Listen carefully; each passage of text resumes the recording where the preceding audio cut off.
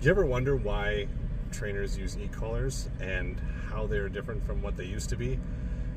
People always thought, stay away from electricity, and we're going to tell you why you should rethink your stance on that. Do-do-do.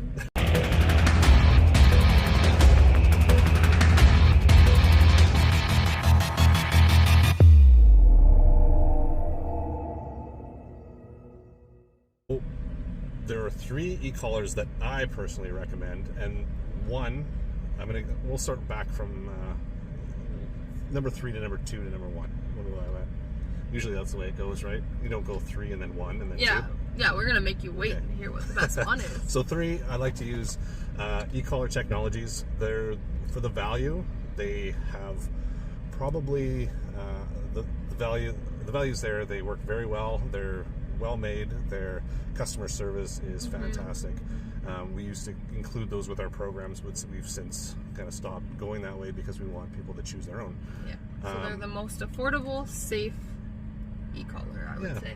And the like I said, and then the customer service is fantastic. The second one that I really like is the Dogtra's. So the Dogtra's a nice, good quality e-collar. They're hunting dog collar.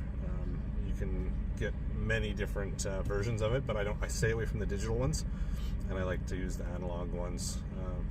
Anything that has the digital screen on it, usually I don't like to use, but the e-collar technologies has those ones. So the Dogtra, and they also have the smallest ones. It's called the IQ Mini. So if you have a smaller dog, you want to use a smaller one, those probably would be the one to go. And my absolute favorite is the Garmin. All right, Garmin Sport Pro. I kind of said it before.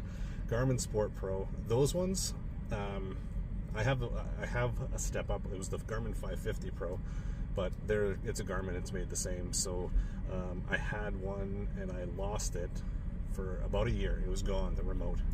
Couldn't find it anywhere.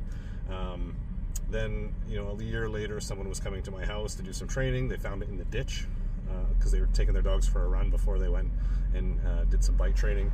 And they found it in the ditch. It had been run over. It had been snowed on, rained on, you name it. And it was sitting in the ditch for a year. And I was like, I wonder if this works. So I grabbed the collar and then the remote that was found and turned on the collar, and immediately it started working right off the bat.